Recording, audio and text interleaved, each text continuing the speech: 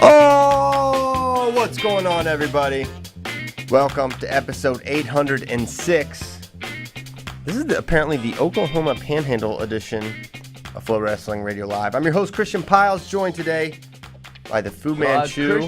Christian, you got the wrong Panhandle. It's a Texas Panhandle. Oh, The Texas Panhandle, and Tyler thinks they should give that to Oklahoma, not vice versa. oh yeah, they can have it. That's fine. Everyone's got a Panhandle. Okay, do they? That's a hot take. Does everything have a panhandle? Okay, see, Virginia's got a Panhandle. I don't know. It's got the Eastern Shore. People forget about that part of the state. This is brought to you by the New Balance 806, the classic dad shoes. A lot of people didn't realize that. More than the Texas Panhandle, 806 is the number of the classic white New Balance shoes. I'm sure it won't be long before JD is ironically wearing them, as he is wont to do. Ben is back from the wilderness, his wilderness adventure. Did you connect with Mother Nature? Yeah, it was good. It was really good. It's something, I think everyone should kind of try to do it once. I think it was badass. I don't know that I would go again because it feels like it could be really repetitive to do it the second time. But I thought it was really cool. So we flew into Vegas. You take a baby plane into this ranch, like in the middle of nowhere. And then you take a helicopter into the canyon, and then you raft for a couple days. And at the end, you take a school bus because it's a dirt road, because the coach bus doesn't want to drive down there. Then you take the coach bus back to Vegas. So many modes of transportation. Wow. Oh, I forgot one. When you get to the end of the river, then the river's boring. So then they put you on a speedboat to get done with that fast. Nice. Wow. Man, Yeah, right? That's so many modes of transportation. You know, here's my thing about the modes. The ones that would make me nervous are the little planes make me nervous. Did you see It one was so crash? bad, I almost puked. It was One bad. literally crashed into Lady Bird Lake, the river right next to HQ, like on Friday. A little plane right in there. Because they're unreliable things. They're dangerous. Allegedly. One engine done. Could have been the pilot. You have no idea. They got John Denver. They can get anyone. Okay, these planes are not safe. Had I known you were going to be doing that, Ben, I would have advised you against it. So you got bar fee on it? Yeah, and I never do, but like 3 people puked, and it was a super windy day, so it was like, that one of those gimmicks. Yeah. And we were on there for 40 minutes. It was rough. Yes. Yeah, I get very motion sickness, so I would have definitely puked. It would have. Yeah. Well, how was the helicopter? Had you been in a helicopter before? I've never had been. Only one time, and yeah, it was awesome because it dives you down into the canyon. It's Man. really sure it was like a 6-minute ride or something from the ranch to the bottom of the canyon. Wow. Yeah. That's pretty nuts. Mm-hmm. Well, good. Glad you're back. How much were you thinking about wrestling during this time, or did you have to focus on your own survival? Yeah, it's not. Yeah, it wasn't super dangerous. They kind of, I don't want to say, they kind of pamper you. One thing I thought the food would be like very like, it's average. We're on a freaking raft in the Grand Canyon, and they're cooking over like some camping equipment. Like how good could it be? They freaking killed it on the food. Really? It was so good. Well, Yes. Well, good. What are we talking? But What kind of? let's see. So they made steaks the one night, but then the breakfast they had like. I don't eat the bacon, but they had bacon, hash browns, eggs. The hash browns were How you really, transporting really good. eggs on a Bro, I don't know. whitewater I'm not rafting trip without breaking them? Just keep them on I'm not ice. the pilot here. It's doable. I'll tell you. So it was 5 big long rafts, right? And they tied them together to make a rectangular object, JD. Okay. And then there's 2 sections that have like big, large metal things on them, and I'm sure that's probably where they store the things. I'm guessing. Ashlyn from the Facebook chat said he thought you got a third job with the state of crypto. Oh And God! that's- When I got off the river, so I couldn't look at my phone for like 4 days. And I got off the river, I'm like, Yeah. I'm freaking poor. Yeah, that's going to keep Ben on the show long term is the crypto price. Yeah. I'm depressed in myself. I'll tell you what I'm depressed in. I am depressed. I've hit the top kind of 3 times. So I bought it on the ride up in 2017. Mhm. Didn't sell shit. and then it went down. We went from 20 to 3,000. So guys, that was terrible. So I'm used to terrible. And then, but that was one. Okay, I got fooled once. Whatever, I'm good. And then obviously we had the run up in April, and sell nothing, right? And then we had the down. We had the bottom again, right? And I didn't sell nothing again. And I'm like, dude, what kind of idiot gets fooled 3 times? This is where I get mad at my wrestlers. Like that dude got that move on you 3 times. Wow, I never have heard. I've never heard you speak so candidly about it. So you do feel like you got fooled.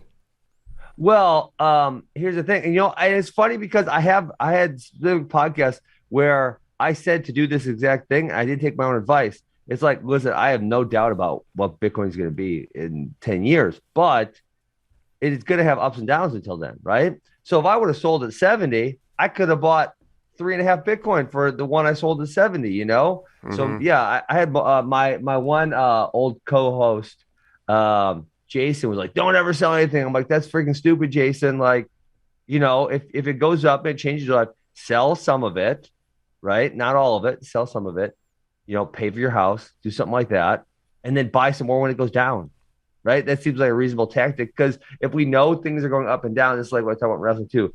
If you can predict the action, it's easy to win. Yes. If you know what's going to happen, it's easy to win. And it's like, we've been in this. We know what's going to happen. We know it's going to go up. We know it's going to go down. And, people are going to panic. And then I didn't take my own advice. So I feel like an idiot. Well, fortunately, you're not an idiot. You are actually a very smart guy. So in that case, I'm an idiot, though, because I knew what's going to happen. And I didn't take my own advice. I'm sure it'll go back up, but I'll just be poor for a couple more years. Okay. Damn it. It's okay, Ben. All right. So they news dumped us on Thursday, as they always do. They love to news dump us. I literally think they hit publish when FRL ends because they don't want us to have. But what it does is it gives us a good week of content to discuss. And there's some new rules, and they're big ones, in my opinion.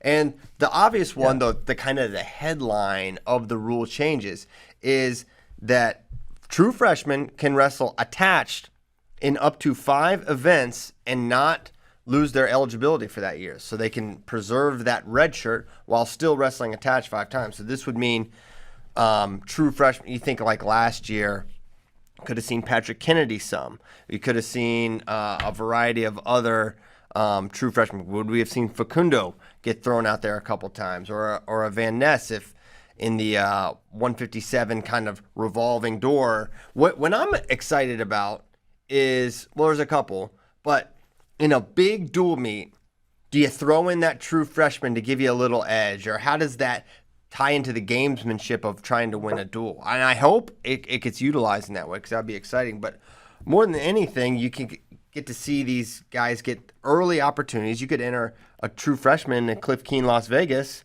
see how he does, and if he's not ready, no penalty, no problem. It also is just going to help overall duels because you're not going to have to throw in a backup that's just not, really a D1 wrestler if you have a really high quality true freshman there.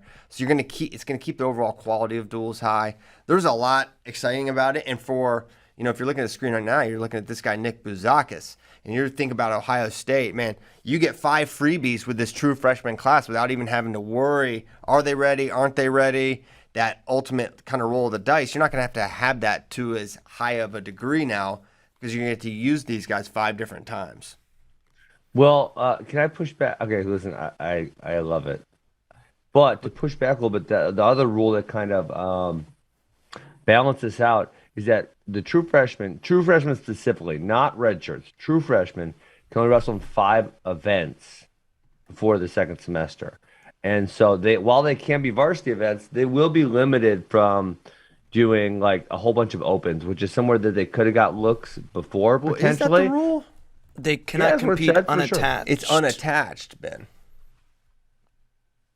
They have to compete attached. Correct. So it's a limit to 5. So if they can't compete unattached, then all 5 count towards this number. Yes, correct. So if they compete 4 times in 4 opens for a semester, they could only compete in 1 duel, second semester or tournament or whatever. Not second semester, first semester, right? First semester. Yeah. So the trick would be, I think, actually to wrestle them unattached in their events in the first semester. No, and then true put freshmen them in can't. They cannot be unattached in the first semester. Oh yeah, right. Okay, so then yeah, it does negatively affect because then the freshmen only get 5 outings, and where I got a lot of I got 47 matches or something like that, and which is excessive, obviously. But some of these dudes will get 30 matches in the open season. But so now, if they're going to waste them on duels, they're only going to get right. If you do 3 duels, that's only 3 matches. You know what I'm saying? That is true. I would say. Or will teams shift their open tournaments to second semester? Would that be possible? Just look at the trends in wrestling, though, in scheduling. These guys, no one's wrestling. I mean, how many? But if you wrestle in 2 opens first semester, you could only do 3 duels second semester. Yes.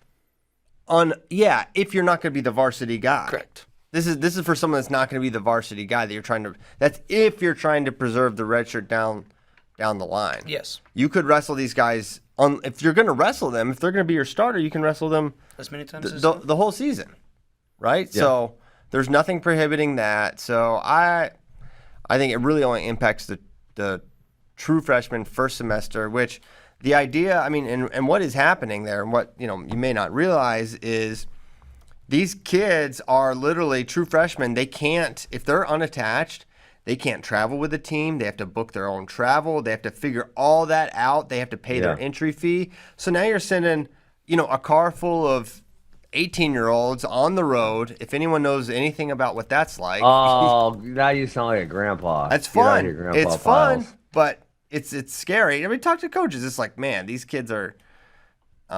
And also think about the dynamic of a lot of these kids. Their parents have been doing everything for them forever, right? Yeah. That's the They need to grow up. Be adults. They do need to grow up. Are they ready? Are they ready to go from complete oversight to none whatsoever? I don't know. Well, I would venture that their parents should give them a little more freedom in their younger years. They should. But that doesn't mean that's the reality. Askren, I talked to him, dude. I'll tell you 2 things I talked my dad into. And now looking back, I'm like, either they were crazy, which he may be a little crazy, or he saw it as my adult development. Number one, when I was in sophomore year, they let me go by myself to the Olympic trials in Dallas on a plane. And then I stayed in my own hotel room, do whatever the hell I wanted. USA Wrestling had a camp, and they were supposed to watch us. They didn't watch shit. We just did whatever we wanted the whole week. It was really great. I loved it. Now, I was responsible. I didn't do anything bad, but I very easily could have done bad things. Yeah. Not good. Right? You got to grow up sometime, Christian. And then the next year, when All-American finally, I got invited to the Olympic Training Center, and I convinced Matt Pell to go with me. And my parents let me and Matt drive 19 hours in his minivan all the way to Colorado Springs. It was really great. That's awesome. We made a show us your boob sign. We saw 7 boobs. It was awesome. 7? So someone had a 1 situation. No, I mean 7 sets. Sorry. 7 sets. Well, that's a huge distinction. So now we're up to 14, just like that. We were 17. We had so much freaking fun. I recommend everyone take a long road trip with their friends in their teenage, early 20s years. Yeah. Yeah, tell them, JD. I've done it. You gotta. I think you gotta know your kid too. It's like Ben, you're probably a fairly responsible kid for your age, I guess. Maybe less susceptible to some of the peer pressure. I could see less susceptible. Yeah, that's I could true. definitely see. I mean, Caleb's more responsible than me in a lot of respects, so I could definitely see letting him in 7 years. I think he'd be ready to do something like that. There you go. Yeah. So I think let these. I don't mind the freshmen going unattached. I feel like you kind of built that up to be a little more than it was. Going online and I mean, they don't even 20 years ago you would have had to send it in the mail. Now you just got to freaking go online and click a couple buttons and then it's show just up. a pain. You don't have to pay for it all and stuff like that. It's kind of annoying. I heard a few people went bankrupt registering for open tournaments. Well, if you travel, listen, Ben. 1%er Ben doesn't understand the financial constraints. I'm not telling them to fly to Las Vegas and go to a tournament there. I'm telling if you're in Cedar Rapids or if you're in Iowa City, going to the Co-College Open or freaking Hawkeye Open, Cyclone Open or the Loras Open. Those are $12 in gas and $25. Not anymore. Not anymore. It's not $12. Well, I can't Listen, I can See, take responsibility for that. He's damn Joe Biden disconnected. He raising doesn't gas even prices. understand the constraints of inflation and what they're doing to America. Ben, listen, I didn't make it. It's All not the right, biggest deal. It's just let's it's get just back a on thing. task. Yeah, I I'm want trying. inflation, gas prices.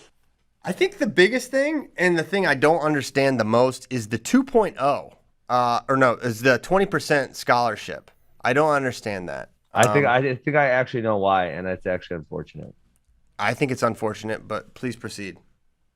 Well, Missouri had this huge advantage, so maybe people are upset about it because in the SEC specifically, Missouri being the only SEC school, although I believe Oklahoma is going to the SEC. Someone told me that. I don't pay attention to regular sports, only wrestling.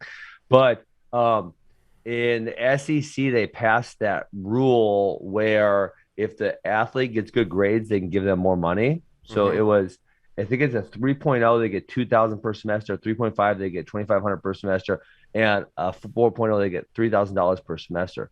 If the kid is on scholarship, so like Missouri could put someone on a 5% scholarship, but if they got good grades, they get an extra $6,000 in money, Yep. And so for an in-state kid, out of state, that's probably not. I think Mizzou's like 40 out of state, but for an in-state kid, I think it's like 20. So another $6,000 is a large chunk of a scholarship. So maybe trying to prevent schools from getting a lot of kids on that type of thing. Why would that be something you want to prevent? Doesn't make sense. Because it seems like an unfair advantage, and that people don't like that. Maybe. Yeah, baseball, they actually do 25%. And I think somebody told me it has something to do with like graduation rates.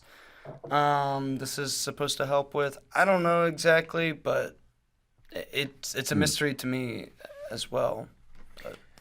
Yeah, I mean, I think, man, for a lot of these, you got to remember the limitations. 9.9 total scholarships among a roster of 30 to 40, call it, given the average roster size. And you have some kids that perform and they're walk-ons, and you want to throw them a little money. Now it's got to be 20%, which is really significant. So I think. Hold on. Let's talk about this. Don't call me 1%er Ben. Okay. Give me Full what's ride, the Ben. cost? Let's say Mizzou, $40,000, I believe, out of state. Uh-huh. Okay, so if you were to get a 20% scholarship, you'd get $8,000. If you got a 10% scholarship, it's $4,000, right? So I mean, I don't want to break it up too many ways, but you have 0, 10, and 20. So if you get 20%, that's permissible now, right? You get $8,000. If you were going to get, say, a 10% scholarship at $4,000, and you're still paying 36, so you're still paying 90% of that, and now you're prohibited. Don't you think it's more likely that a coach would just, if they really want the kid, they would bump the kid up to 20, then take him down to 0, and then maybe a few of those guys who are at 90s get taken down to 80s? I feel like that's way more likely. Maybe. I don't know. I think the general consensus among a lot of the coaches is that this is going to limit how much money they're able to give out, to how widely they're going to be able to disperse their money, and they don't like it. And I think you also have to factor in, it's not just the athletic scholarship. They're piecing things together with financial aid and academic aid and all things together. So 10% plus $5,000 here for good grades, and then a little financial aid, etc. It can turn into a pretty nice thing, all with the less than 20% base of athletic compensation. So I don't think it's good. I don't understand the benefit of it. Yeah. I guess I would like to hear what the NCAA's interpretation is. That was my guess. I guess I don't really care either way, whether it's 20 or above or less than 20. It does seem weird, like when you start nickel and diamond, though, 5, 7, 8. It just doesn't feel like enough money to be that impactful at that level. And then it feels like, if you had a kid who was at 10 and you really want to give him a 20 to make sure he gets actually good scholarship, it wouldn't be that hard to find, like, hey, Christian's at 95% and JD's at 95%. I'm going to take 5% back from both of them, right, and put them at 90 and get this kid at 20 because I really want this kid. You can't Something to just that. drop someone's aid like that. I Ben. understand. I'm saying like theoretically doing the math moving forward when I'm giving scholarships. So say we're all recruits in the same class. And you're going to be 95, 95, 10, right? I could go 90, 90, 20 type thing. And obviously you guys are still paying almost nothing. And I got my scholarship. First off, JD and I are a package deal, and we will come for nothing less than a full ride. So show up, That's or funny. we're walking. Yeah. I mean, honestly, I think there's some parents who have super huge egos and they really, really badly want to say my kid got a full scholarship. But man, once you start getting over, say, like 70% of a scholarship, because then also lots of wrestlers take 5 years, so they don't take the full 15 credits, which most scholarships are based on. Mm-hmm. You're not paying much for college. Once you get over that like 70% mark, like maybe in the Ivies, I guess, but they don't have scholarships, so it's not worth discussing them. But at regular like state schools, once you're starting getting 70% over, you're not paying that much for college. I would love to know. I wish the NCAA could just do this, and maybe they have. If they have, I haven't seen it. But I don't need to know who. I don't want to know which teams. But how many in wrestling total full athletic scholarships are actually given out? I bet it's a number that is so small it would stun a lot of wrestling fans. I would agree with you on that one. I think it's small. I want to say, where the hell was it? I feel like let's say maybe Adam Fellers actually had a number of, and I don't know how they got this number, but average number of scholarships per year per teams. And remember, Penn State was really small. So if say like Iowa averaged 24 kids on scholarship per year, Penn State was like 14 or something. You know what I'm saying? On any type of money. And I remember, how did he get that? What? Maybe I'm making up my source potentially. I mean, I just don't know how you get that information. I don't remember if it was him or someone else. I don't remember how they got it either. But I remember thinking that makes sense why some of Penn State's backups really suck because, and it also makes sense when you think about their recruiting strategy is they like really focus on just getting a handful of kids, right, with almost full rides. And that's obviously one way, in addition to them being really outstanding, that they get the very, very best kids. Yeah. What do you think? Well, for sure, I think that's been a thing that they've kind of really load up on the high-level recruits. But then again, they get a lot of guys, Max Dean, I don't know what he came for, but the rumors were there was not like a ton of money available for him. He just wanted to go to Penn State and wrestle there. So you get a little bit of that as well. And I don't know. I'm not saying I know what kind of money Max Dean is on, but he's there. Yeah. There have been other stories of people going there because they can basically afford to pay for their schools, so they get their pickup where they want to go. Yeah, and that helps too. Yeah, and they say, well, do you want a couple extra $1,000 of scholarship, or do you want to come here and be a national champion? Yeah. Should also be noted, you can't just take away somebody's financial aid once it is given without... Do you mean scholarship or financial aid? Scholarship. Their athletic scholarship without them breaking rules. They got a bad grades, get in trouble, something like that. You can't just be like, you stink. Yeah, you're not wrestling well enough, and I want this guy to have 10% more, so give me 10% of yours. Yeah. Hey, Ben disagrees that they can't do that, though. I remember I said that on a show. Well, yeah, they do it. Don't get me. I don't want to get fired up this morning, Christian. I really don't want to. They do it. Ben was so tranquil from his time connected with his Earth Mother. I'm gonna start calling you naive piles because if you want to think college coaches aren't doing that, you are so naive. So I don't want to get fired up. I am a naive person, but I also believe that they do coerce these guys to do it. I think some programs. I don't think it happens everywhere. I wouldn't say everywhere. Yeah, it definitely happens.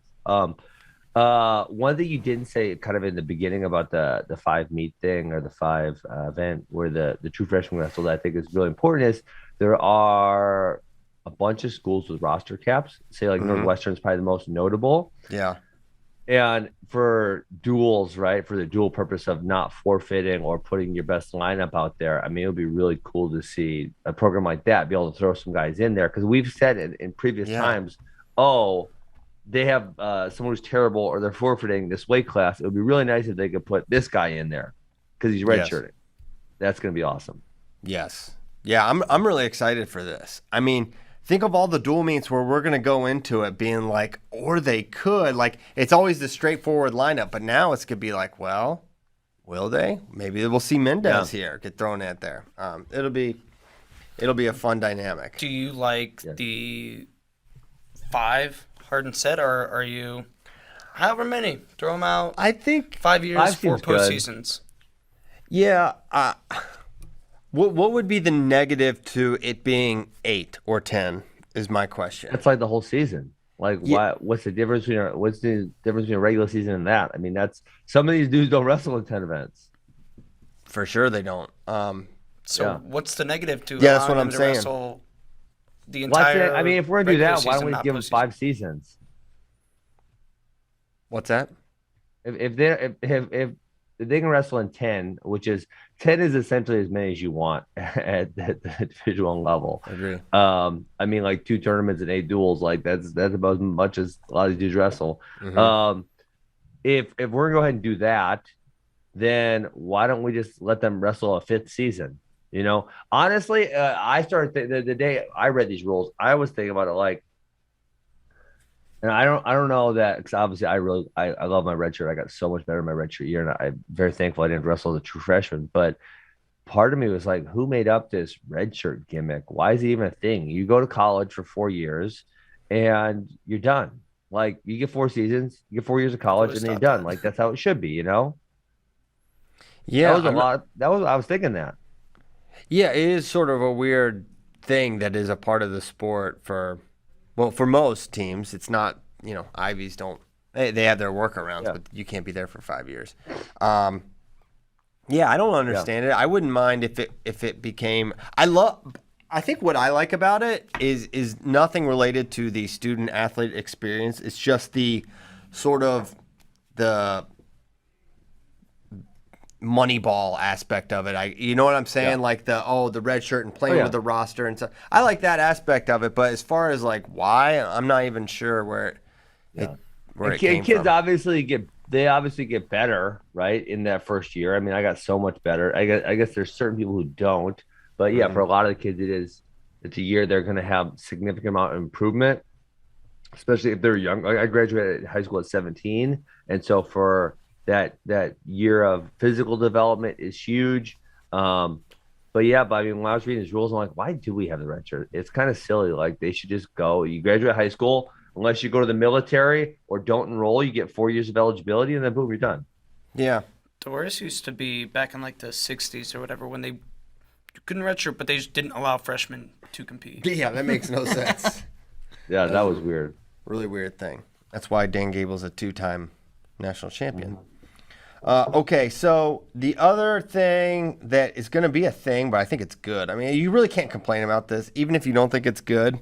Like, if you complain that a minimum GPA of 2.0 is like, that's too high, I mean, it's like, all right, come on, dude.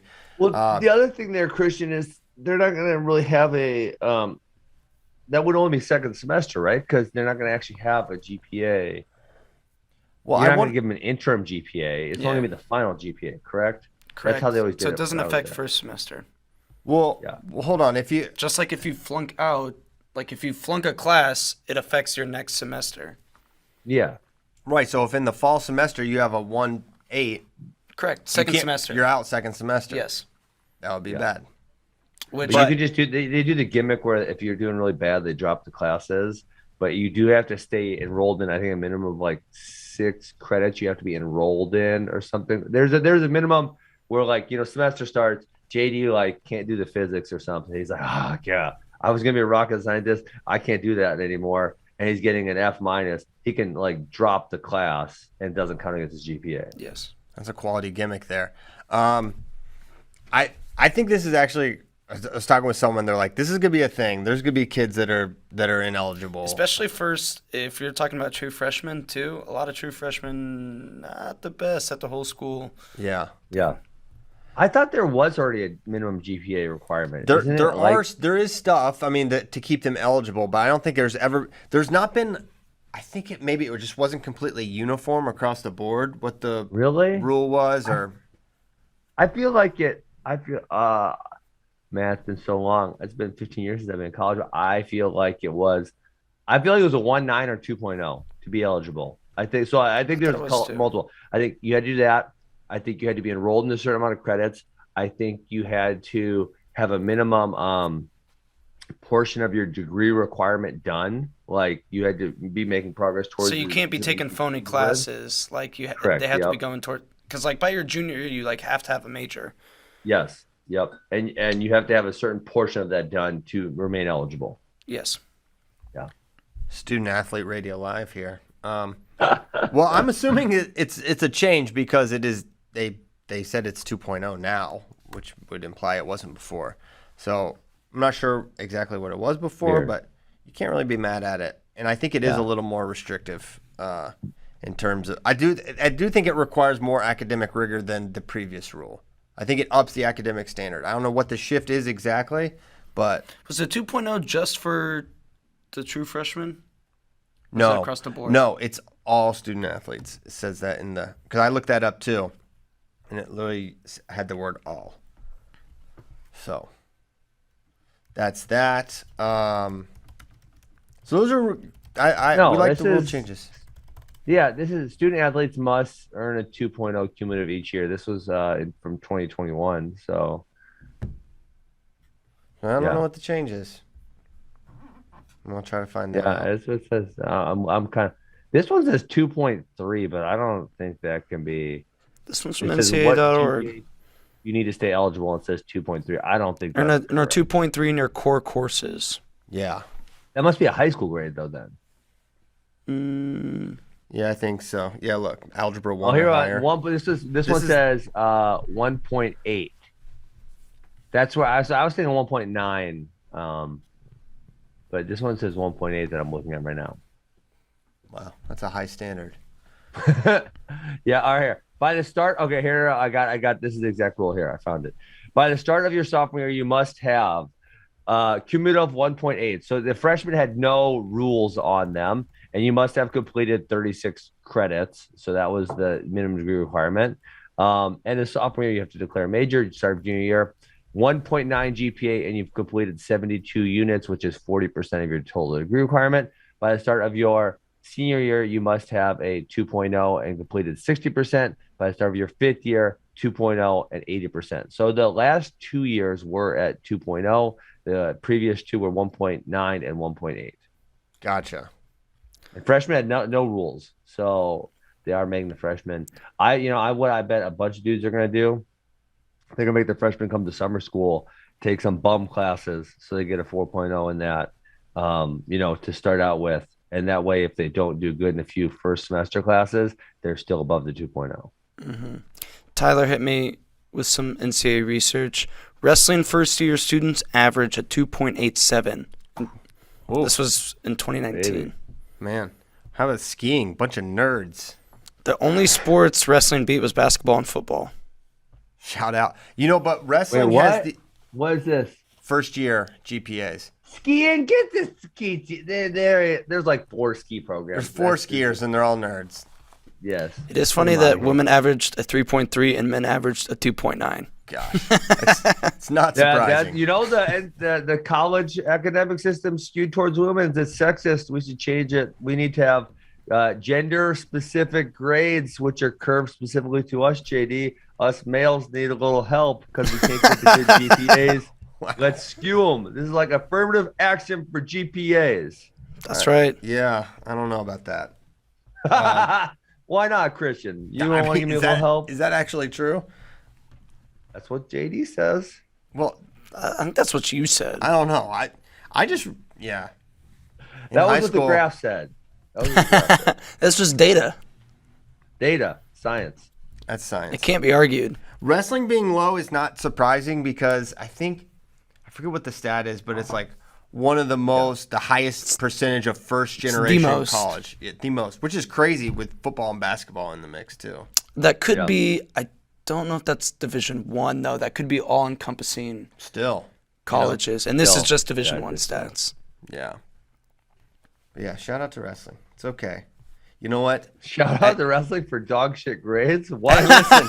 Yes. What? C's get degrees, man. Well, what is a 2.0 average? Sometimes. Is a 2.0 like a D That's or a C? C. A C? All C's. It's a regular C. Listen, this GPA requirement would have been elusive for me in high school. High school CP would Are you kidding me? Oh my gosh, yeah. That was What terrible. do you mean? You were like drinking Yoo-hoo and rum behind the seesaw or what? Rumpelstiltskin's a good man. No, I haven't. No, I didn't do anything like that in high school except to get bad grades. I just had bad grades. I feel like you have to like try. I had a point at one point my junior year. I had a 0.9 GPA. Are you kidding me right now? I swear. don't. JD, do you really believe this? He has said it many times.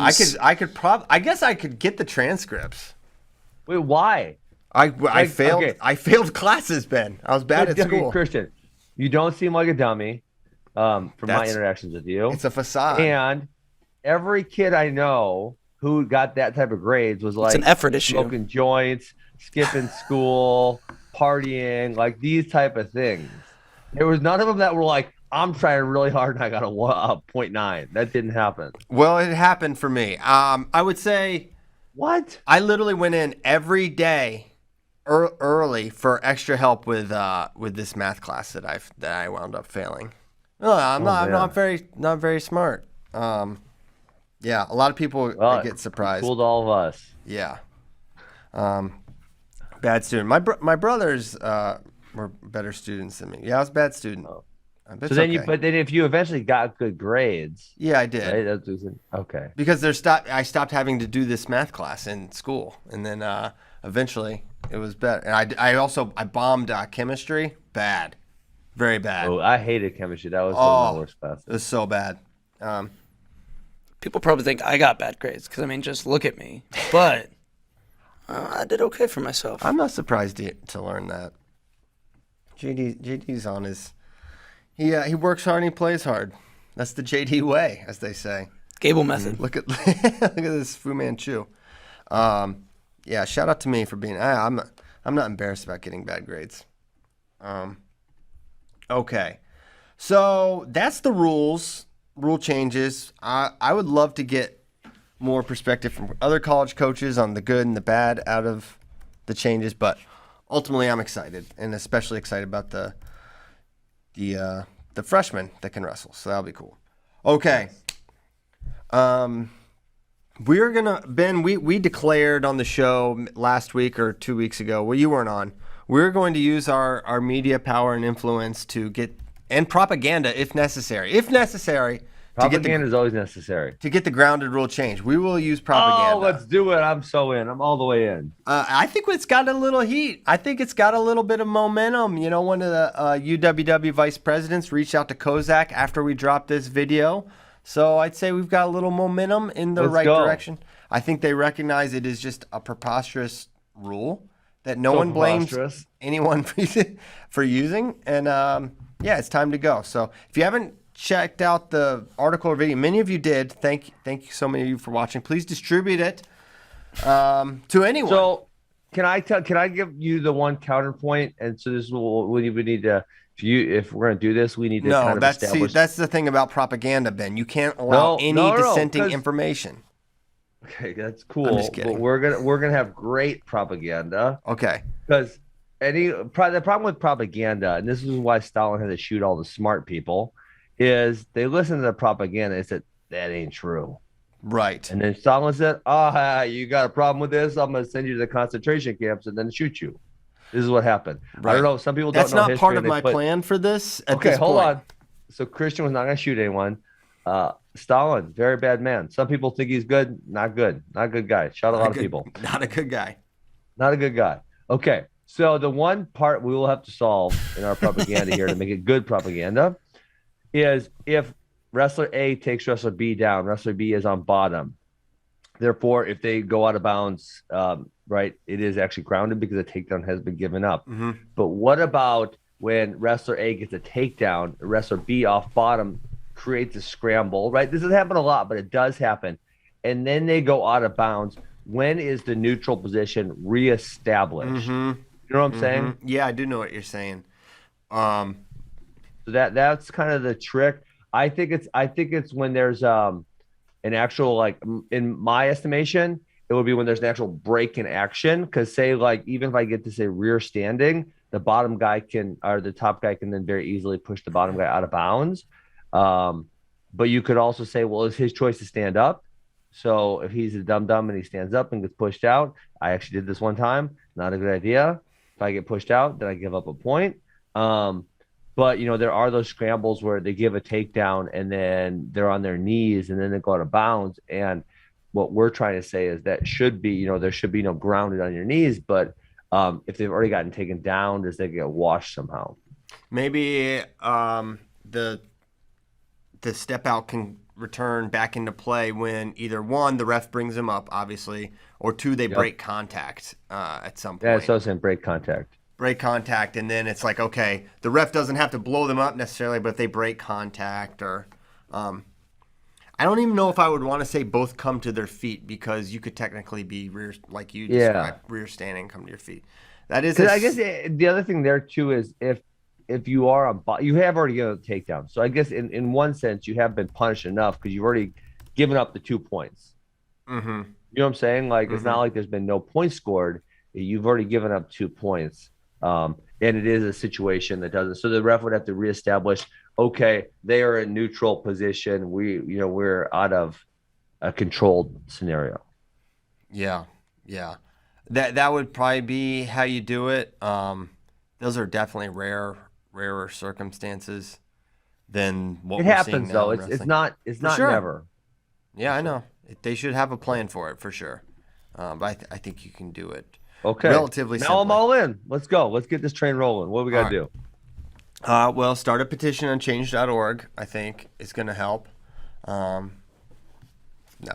I don't know. Just make compelling media. That's what we're going to do. I don't know what else you can do. Talk to the You people guys did who. the one article already. I don't know. I'm going to call Rich Bender about it and be like, "Yo, what do you think about this? Is this a good idea?" Because he's obviously.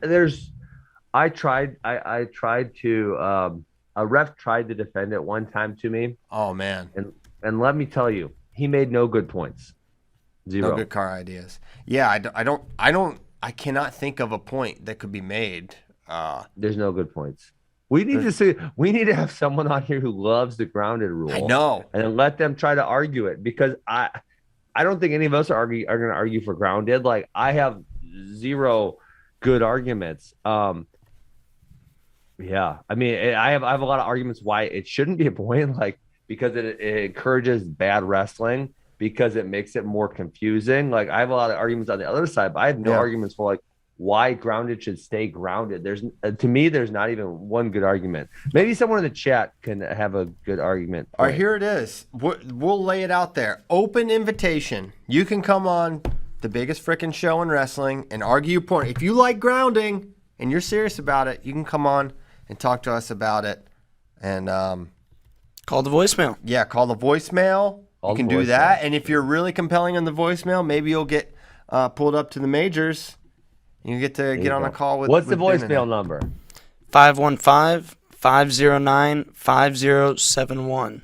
It's also in the description of every show, so I gotta just remember, just look at the episode description. Call toll free. I don't even know if that's true, but if you say it, then they're more likely to call. So I don't believe anyone is told for calls anymore. Yeah, who gets told? There's no more tolling. Okay, so.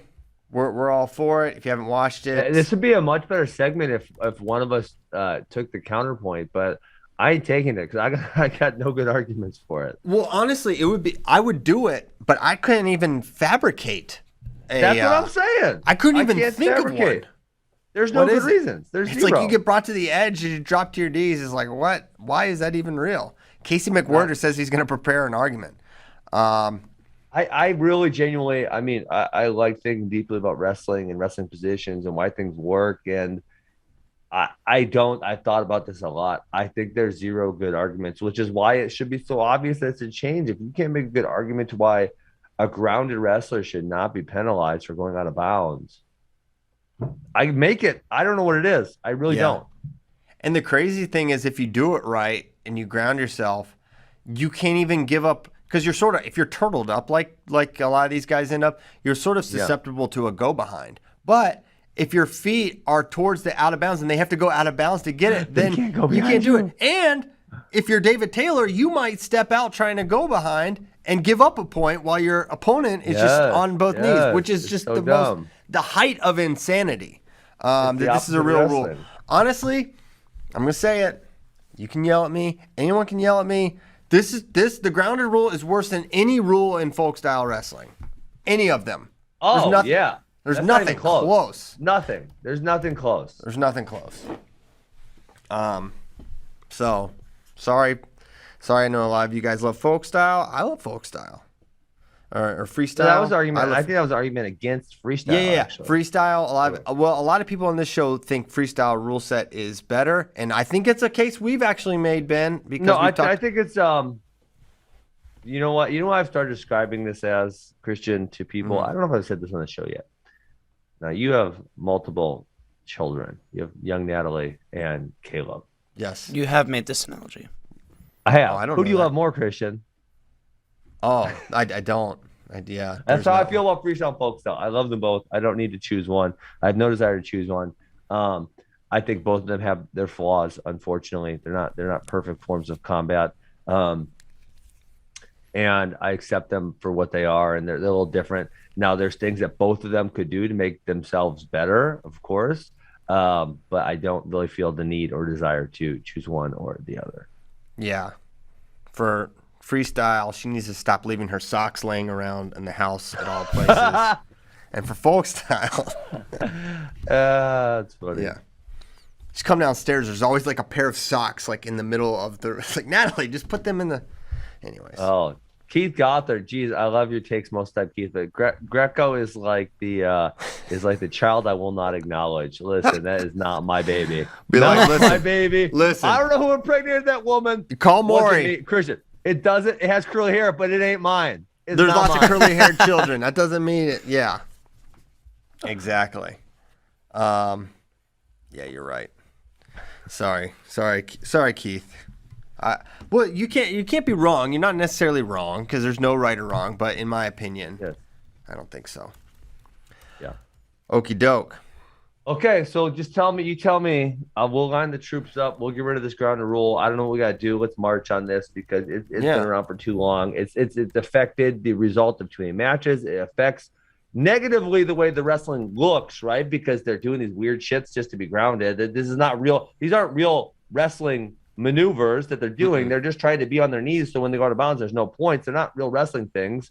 So it affects the results of match because it's one of the positions that referees call many different ways. It affects wrestling the way it looks because people are trying to do these stupid things to not give up a point. Let's get rid of it. Everything will be much better if we get rid of it. Did you know a thing I learned at Final X New York? What? So, all right, let's say you and I are wrestling, Ben, and believe me, it's close, you and me right now. And I whizzer down, whizzer seatbelt, and both our hands touch out of bounds. But no head, no elbow, no foot, no nothing. But we're on our knees, hand touches, okay? Did you know that they're supposed to award a step out there for the person whose upper body is hovering over the out of bounds? I thought one hand out is not out of bounds. Exactly. I thought they had to wait till a head hit down. No. So I looked sure? this up. Yes, I'm positive. It's literally, that the rule. If you watch if you look at our article, the ground rule is broken. That's not how they call it, though, Christian. It's not. But hold on. Let me go here. Give me 34 seconds. All right, go. If you watch that video in the article, the ref it literally outlines this exact point. And then, if you remember watching Final X New York, I was very surprised when Yanni was given that step out because the head did not touch. But it doesn't matter that Evan Henderson's head didn't touch because both hands were out of bounds and his upper body, the head, chest was hovering out of bounds. So that is a 1 point step out, even though he didn't step out with 10 seconds to spare, Ben. Boom, look at that. I did not know that rule. That rule seems patently absurd. Yep. Let's get rid of that one too. Yes, let's get rid of that. Bad rule. And I also, think okay, you here can make- while we're just fixing everything, what is wrong? Why isn't a hand a step out? That's I agree. my thing. I don't Make see the why out of not. bounds hot lava. It's lava. Just incinerate the lava! hands. Now when you Except go extra from- you got to put your hand behind your back. You can't use it anymore. You only got one hand. You just gotta levitate Yep. because you can't let your face touch either. Down blocks, baby. Down blocks. Yeah, Face I think blocks. hands should be out of bounds too. I agree. Yeah, why not? Make it even more simple. The rule you just said, I don't think I've seen applied because they usually let that one go till a head hits almost Yes. every It's hard to time. judge if you need to be like over top. If you're on the other side, you can't really see like. All right, his head's Yeah. hovering over. Well, Ben, to your point, they don't. It's not called consistently, and that's a big That's what I'm point saying. of the video. Is like, look at these identical scenarios called completely differently. This time it's 0. This time it's caution 1. This time it's a step out. This time the wizard seatbelt thing. There's a Sometimes lot they of give a takedown, and you're like, wait, that's not a takedown. So, like, it's apparently it's a takedown today. Yep. So that's a big problem. But yeah, so I figured you probably didn't know that rule. I certainly didn't know that rule. The ref in the Yanni Henderson match did know the rule, but the ref in the Dayton Fix Thomas Gilman match from 2019 did not know the rule because the exact same thing happened with Dayton, and they didn't call it one. And hence Dayton's incredulousness when all these things were now called 1-point step outs that in previous matches of his weren't, which that's highly unfortunate for someone, especially given the stakes. So anyways, we're going for it. Yeah, I'm all in. We talked about this a little bit last week, but wanted to get Ben's thoughts before we move on. Jordan officially announcing he's retiring after 2024. Ben, your thoughts? He had a long run. There's very few people who've done that many years, right? He started in 2011 was his first international year. People who've had a 13-year international career, you could probably list them on two hands. There's not a lot. It's really rare. We talk about this. I think it's great that more and more people are wrestling longer. This is starting to happen. But I would say of the current crop, he's the trailblazer here. Because no, I don't think there's anyone before him that did it, right? And then that say 10-year window prior to that. I mean, who was the last person to do it? Bruce Baumgartner?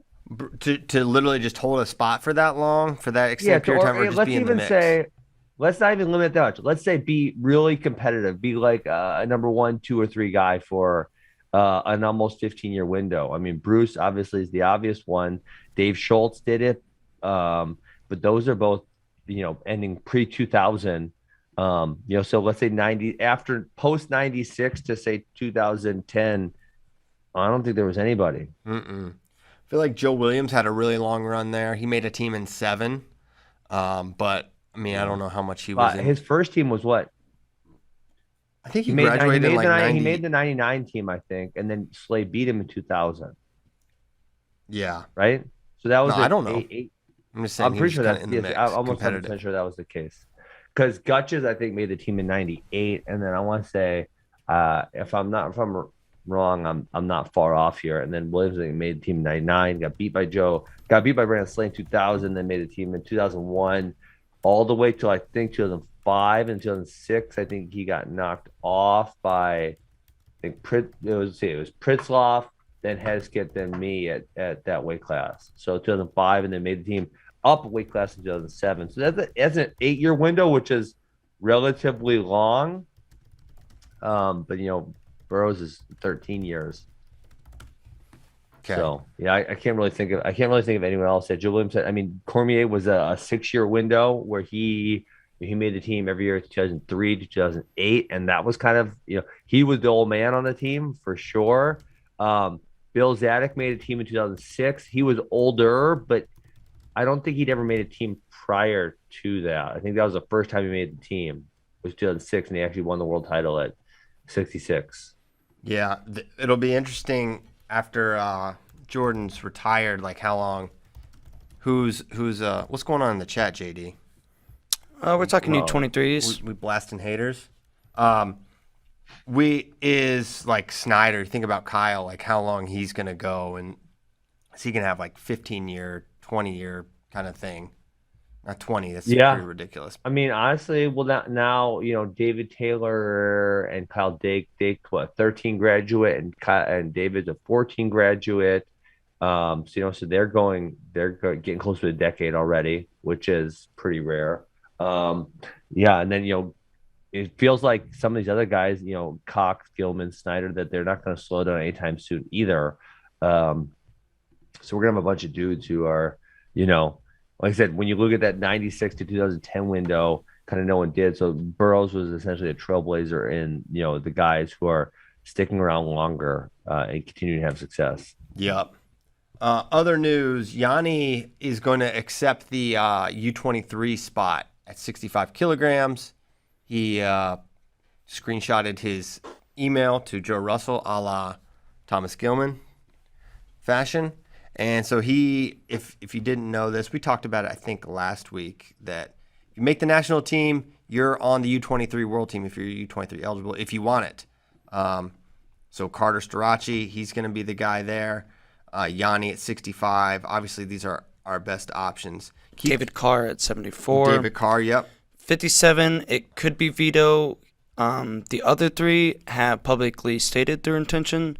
Vito has not yet. So as of right now, it's Anthony Noto because he won U23 Nationals. Yeah. Keith Gothard's been yelling about this in the chat for a while, and he says he can't believe that people didn't know that this was the rule, that you can steal this. It's like, bro, how would you know this? Most coaches didn't know this. Because think about it. One, the rule had long been if you make the national team, you get the wrestle off. That had been the rule for as long as I can remember. And then now only this year, and where did you see it publicized in any way? It's probably just DMAT.com, it's just their world team selection criteria. Exactly. That's like that they post every year. You're right. But that's like a buried thing that's not like publicized or anything. No one's saying like, hey, rule changes are out there. It's just something that gets uploaded on this giant website.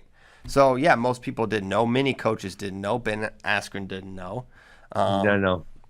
A lot of people didn't know. It does seem preposterous to me, and I know as a competitor how I would feel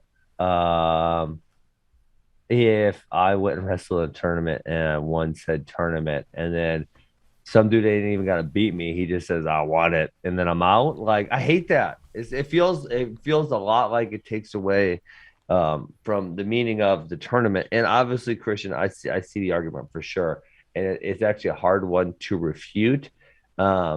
But it feels like you should at the very least give them the option of a wrestle off, right? You're probably going to do a U23 training camp.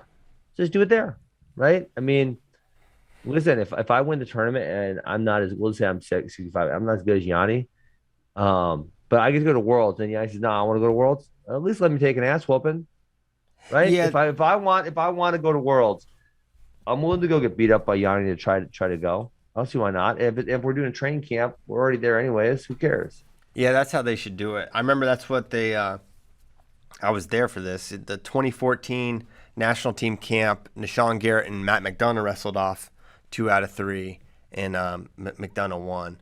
So that seems to me make more sense than make 2 dudes plus coaches fly to Fargo, that whole rigmarole.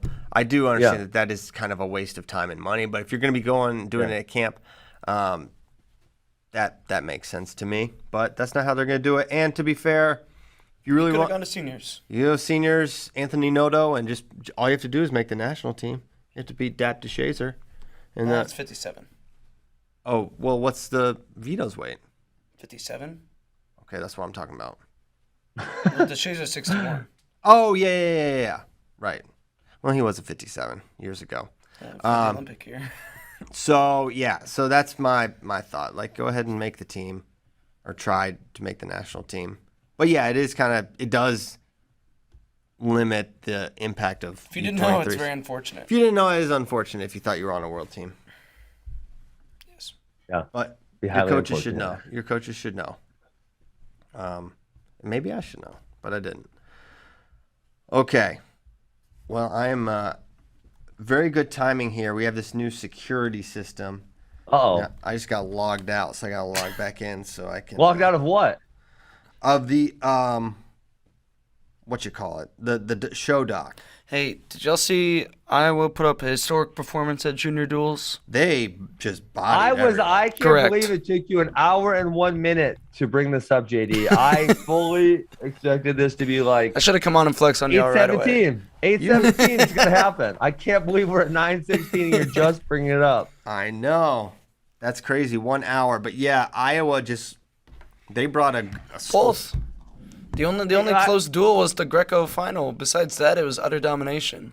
Yeah. Let me ask you this, JD. How did they, if you know, how did they convince all their best guys to go? So like, I'm not saying Wisconsin would have beat them, right? But say, Clayton Whiting went to college. He didn't wrestle 195. Coy Hopke at 220 on the cadet world team, so he didn't compete on the team. Whereas like Ben Keeter, he's on the junior world team. He still wrestled, right? How did they convince? Because it feels like, correct me if I'm wrong, it feels like all of the best guys in Iowa were on that team, and I Pretty know much, yes. a lot of them. Yeah. Yep. Okay. Yeah. So how'd they do that? Brent Jennings, who's like the head Iowa USA wrestling guy, talked about it a little bit. He did an interview, but it's basically just like they all wanted to. They like each other since Iowa won freestyle last year. It was that convinced a lot of guys like, oh dang, like we can go here and win a title. Like that'd be cool. Let's do it. A lot of these guys are friends and they're really good. They like freestyle. So they should be, like Jennings said, he's like, normally I have to convince, it's me working to convince a lot of the top guys. This year it was literally turning people away who wanted to be on the team. Yeah, you think, because I feel like especially those upper weights, a lot of them are seniors, and they, a lot Yeah. of seniors are kind of hard to get because they're a lot of them are going off to college and training like that. And they had, was it Wyatt Volker and Ben Keeter and Well, Keter's not Hunter senior, but Garvin and who Aiden else? Riggins. Aiden Riggins. Yep. who beat Jordan Williams. Yeah. So there's I feel like this happens sometimes where like you get a crop of a really tough state and the kids just all come, like I feel like this happened with Oklahoma in like 14, 15 when it was like Dayton, Cade, JoJo, all those guys all wrestling. Illinois with the Oak Park dynamic. I remember Kamal Bay and Larry and all those guys showing out. So I think it happens like that sometimes, and yeah, I think to JD's point, it's just probably a fun thing to do. You're good, and yeah, good for Iowa. Yes, sir. They did really well. What were the best matches that happened? So I watched a lot of. I was the team Wisconsin, the guys that I was coaching. I did look through some of the results for the Iowa guys because the gold pool. Were there any really really high level matches that you guys were interested in? I pretty much just watched Team Iowa. So Riggins Williams, describe that match. Williams, I feel like Williams didn't have a good tournament. Let me find his team because I feel like he lost to somebody else also. Yeah, I think he's an Oklahoma interesting Blue. prospect to me. It could go a lot of different directions with Jordan.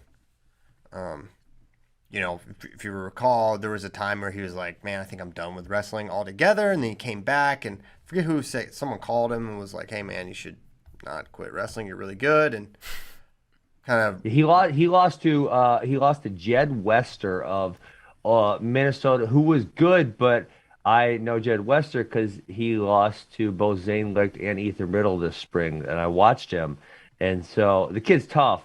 But when he beat Jordan Williams, I was like, "Wait, come on, how'd that happen?" yeah. That's interesting. Yeah, so that was one, and then but Oklahoma's super deep because they had the KJ Evans kid was really good. They had him at 52 also. And then there was another kid they have that's really good who didn't come obviously, but who's in the rankings pretty high. What the hell is his name? I don't know. I'm not the guy to ask. Man, you need to know these high school At rankings. what weight? No. 160. Oh, Ferrari. Duh. Come on. You know that one. Okay. Let's move off of junior duels. Oh, there's another Oklahoma guy. I don't know this guy. John Wiley. He's pretty good. He's very good. Yeah, he beat He did something recently, not junior duels related. So It's they a name I've got been they have seeing. 4 good guys. They have KG Evans, Jordan Williams, Angelo Ferrari, and John Wiley. All right, want to get to some other odds and ends before we go. Christian's done with Oklahoma Done. talk. Get them Done. out of here. Beat it. Beat it, junior duels. Want to get to some questions. One, this is an interesting one from Sam Cooper. Penn State has a rich history of turning true and redshirt freshmen into national champions. Who will be the next PSU freshman to win? Well, who's the true freshman? Mark Hall won it. Oh, yeah, Mark Hall. Yeah. I mean, part of me says, when they're true freshmen, you don't really maybe turn them into all that much. They were kind of a lot of that when they came in. Yes. And I am Team Penn State develops guys, but true freshmen. Well, Levi Haynes is good. Who else? Well, I would say Van Ness is Van Ness? interesting. We don't know. He wrestled, seen I him much? think, 2 matches last year, so very tough to really know for sure. Wasn't he at 149 though? Yeah, he's totally beaten Yanni this year. Yeah, he wrestled 149. So Yeah, that'll be tough with John Giacomo-Hollis. Could make some noise, though, for sure. I don't see Facundo, but, man, he looked good at juniors, but then there's, like, the whole dynamic of juniors wasn't that great. He was 12-3 as a redshirt, lost to Bullard, Fish, and John Martin Best. So, Yeah, Fish kind of got killed this spring in freestyle stuff too. yeah. So. So like Chenzo was interesting because he had he did 3 opens as a true freshman. But remember, people were not going into the 16-17 season. People weren't like Chenzo's going to push for a title. It was like Yeah, it was. I mean, it was sort even of going in the NCAA tournament. even going They into no one saying it. NCAAs. No one was saying it. This guy didn't make the Big Ten finals or anything like that. He was good. You knew he was like, this is a guy is probably going to place. But you remember his like second match ever, he lost 18-12 to Keaton Subject. So you're like, okay, weird. But then, obviously, we know how this story ends with the pinfall of Isaiah Martinez. But you look back, it's like, okay, was there anything that tipped us off? It's like he wrestled at 57 and 65. He kind of famously missed weight at the scuffle as a true freshman. A lot. And it was like, oh man, that's kind of weird. But then, he's undefeated that year. No amazing wins or anything that really keyed you into it. So it can be surprising. I think Mark Hall winning a title as a true freshman was not all that shocking when it happened because just how good he was. And even when he lost to his first match pulled to Meyer, it was like, well, we'll see down the line. I remember not selling the Mark Hall stock after that happened. He had won the that was the year he won the scuffle in the and he forgot a singlet, I'm pretty sure. But who'd he beat? He beat Crutchmer, and then he beat Ryan Price, who was really good for Lehigh in that tournament. So then you knew he was like the real deal. But so yeah, there's not as much info about like Shane, like how good he's going to be, and he's someone who he's had injury stuff in his career. Would have been nice to see him at juniors. Yeah, I feel like anytime you see that limited of mat time, it's like tough to imagine them great. in a year pushing for a national title. Then again, like this is not a true freshman example, but like AJ Ferrari was someone we hardly saw at all his senior year, and then we all know what he did his true freshman season. So tough to say. So that's a good question. Would we rather see Gable return to college or international wrestling? Well, this is so easy. This is so easy. Easy. College. International. Just kidding.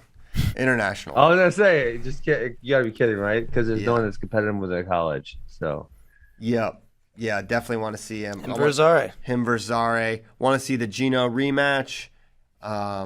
for sure. I guess there's no one really else. And Kozak is saying that the wrestle off for Iran is like going to be really competitive. They've got another At heavy? super tough heavyweight there. Really? So, yep. Now, Iran like has a totally wild. They basically have a different trials situation for every weight, based on whatever they want to happen. Their process is what a lot of Americans think the Very Russian process streamlined. is. Yeah. Okay. We've got a voicemail from Pete, who is in sounds Washington. fun. He has an idea for World Team qualification, and I want to hear.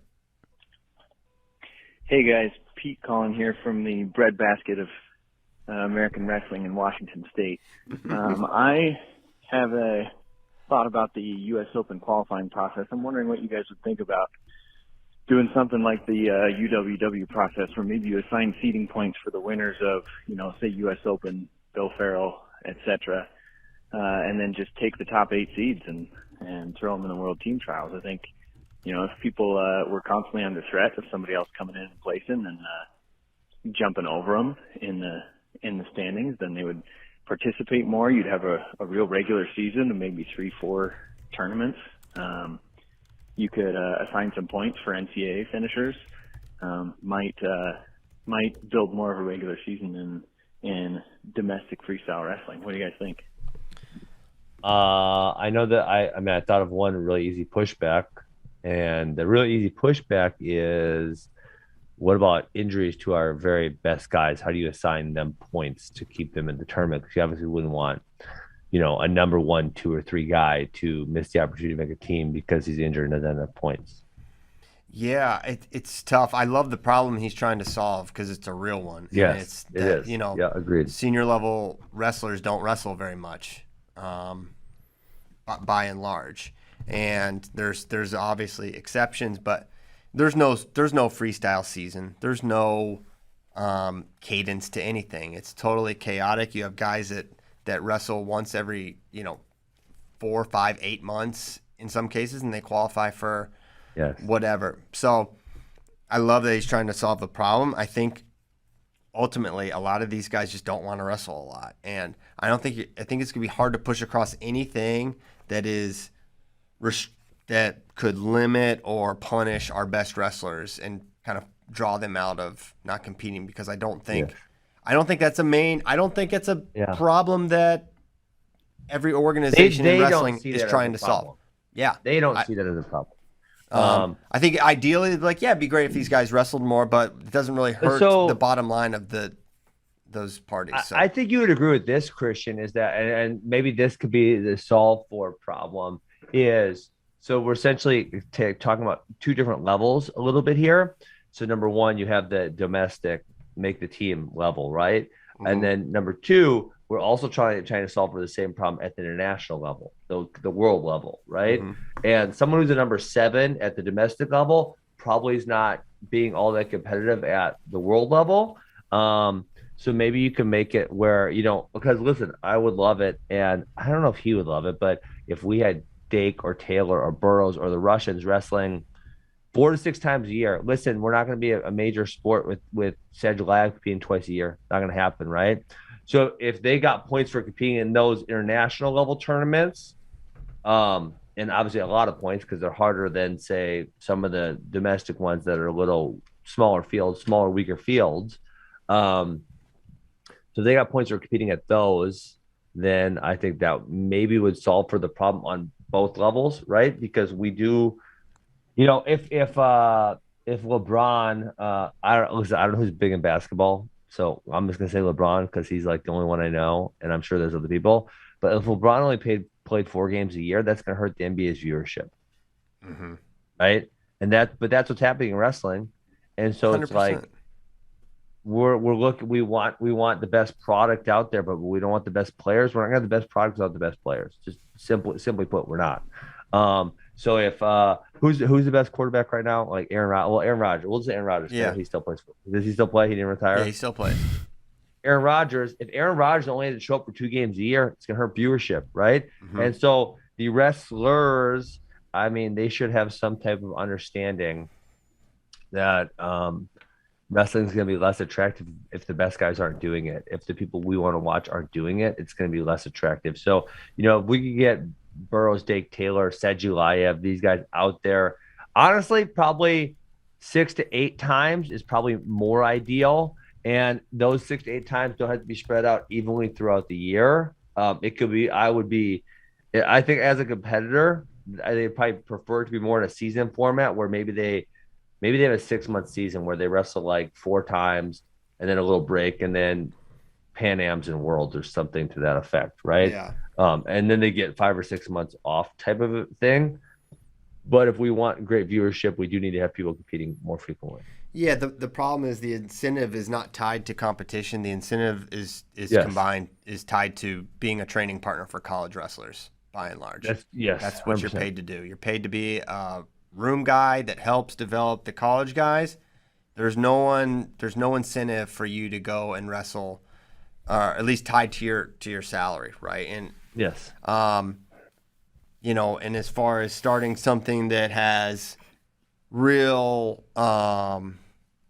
ties to some sort of a season, it's like no one really seems on the senior level side really wants to build. They want to just start at the end of the line and get paid crazy amounts of money that just don't make sense. And so a lot of the ideas are DOA because you've got guys that we had a wrestler that we had the $30,000 8-man bracket or $25,000 8-man, and we had a wrestler that wanted a $25,000 show fee to just to be in the tournament, right? So it's so hard to the barrier to get these guys financially incentivized is like crazy high and way out incongruent with the type of revenue that they drive. So that's the biggest obstacle in all this, as far as I see it. But yeah, I like the problem he's trying to solve. That and our top guys' goals have nothing to do with viewers. It's not like some fighter contracts where they get a cut of pay-per-views or, to show money or whatever. Their goals are NCAA, post-NCAA, but Olympic world titles. But to what Christian says, so Christian has a great point here, is that let's take a difference. Let's say tennis, right?